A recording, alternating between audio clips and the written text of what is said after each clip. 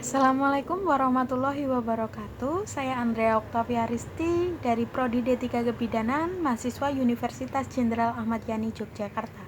Di sini saya akan menjelaskan tentang anatomi dan fisiologi sistem perkemihan.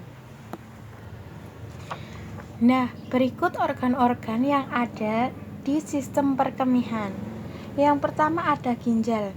Nah, ginjal ini ada dua buah, yaitu ginjal kanan dan ginjal kiri. Masing-masing berada di kedua sisi tulang belakang, di bawah tulang iga. Ginjal berbentuk seperti kacang merah dan memiliki ukuran sebesar kepalan tangan. Di dalam ginjal setidaknya ada 1 juta nefron yang berfungsi untuk menyaring darah dan mengubah limbah hasil penyaringan tersebut menjadi urin. Nah, selanjutnya ada ureter. Ureter ini berbentuk tabung atau selang yang menghubungkan masing-masing ginjal dengan kedua sisi kandung kemih.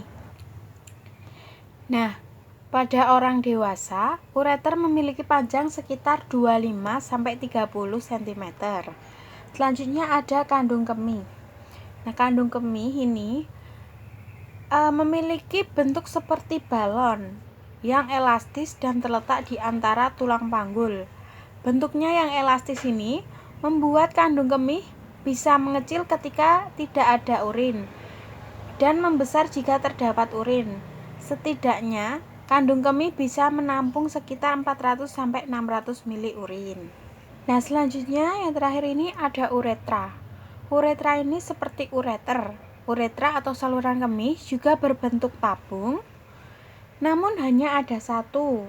Pada wanita, uretra memiliki ukuran sekitar 4 cm dengan tempat keluar urin berada di antara klitoris dan vagina. Sedangkan pada pria, panjang uretra sekitar 15-20 cm dengan tempat keluar urin berada di bagian ujung penis. Selanjutnya, saya akan menjelaskan tentang proses-proses yang ada di organ-organ sistem perkemihan ini. Yang pertama ada proses di ginjal. Ginjal nantinya akan mengeluarkan urea dari darah lewat unit penyaringan kecil yang disebut nefron. Setiap nefron biasanya terdiri atas bola yang dibentuk dari kapiler darah kecil yang disebut dengan glomerulus dan tabung kecil yang disebut tubulus ginjal. Nah, bersamaan dengan air dan limbah lainnya, urea akan membentuk urin saat melewati nefron dan menuju tubulus ginjal. Nah, selanjutnya proses di ureter. Nah, otot-otot dinding ureter ini biasanya akan terus mengencang dan mengendur agar urin turun dari ginjal. Jika urin kembali naik atau dibiarkan begitu saja, penyakit ginjal seperti ini, infeksi ginjal pun bisa terjadi. Setiap 10-15 detik, urin dalam jumlah yang sedikit akan dialirkan dari ureter ke kandung kemih. Nah, selanjutnya proses di vesika urinaria atau di kandung kemih. Dinding kandung kemih juga akan mengendur dan mengencang agar urin dapat tersimpan. Pada kandung kemih yang sehat biasanya dapat menyimpan hingga 300-500 ml urin selama 2-5 jam. Nah, oleh sebab itu, penting menjaga kesehatan kandung kemih agar proses pembentukan urin tidak terganggu dan buang air kecil tetap lancar. Selanjutnya ada proses di uretra. Nah, urin yang telah diproduksi oleh ginjal dan dipindahkan dari ureter dan kandung kemih pada akhirnya akan dikeluarkan melalui uretra. Organ yang disebut sebagai saluran kencing ini bertugas menghubungkan kandung kemih ke lubang saluran kemih pada ujung penis atau vagina. Nah, normalnya uretra memiliki panjang sekitar 20 cm pada pria. Sementara itu, ukuran uretra pada wanita mempunyai panjang berkisaran 4 cm. Antara kandung kemih dan uretra dilengkapi dengan cincin otot atau sphincter sebagai organ yang menjaga urin agar tetap tidak bocor. Nah, selanjutnya saya akan menjelaskan tentang pembentukan urin. Nah, pembentukan urin ini dimulai dari ginjal.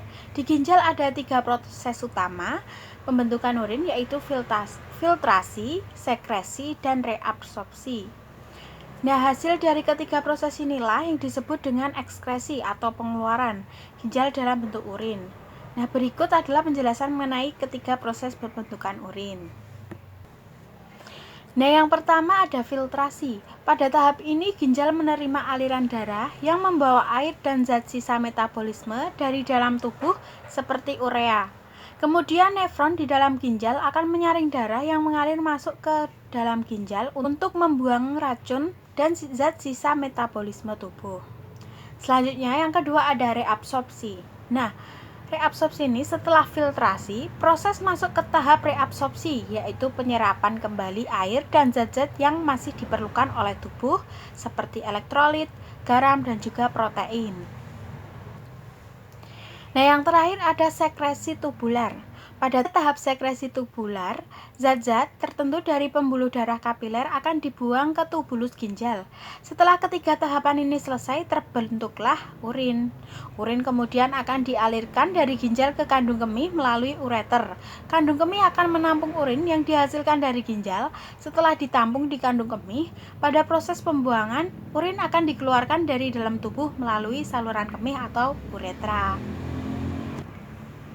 Nah, itu tadi penjelasan dari saya mengenai anatomi dan fisiologi sistem perkemihan. Semoga bermanfaat. Sekian dan terima kasih. Wassalamualaikum warahmatullahi wabarakatuh.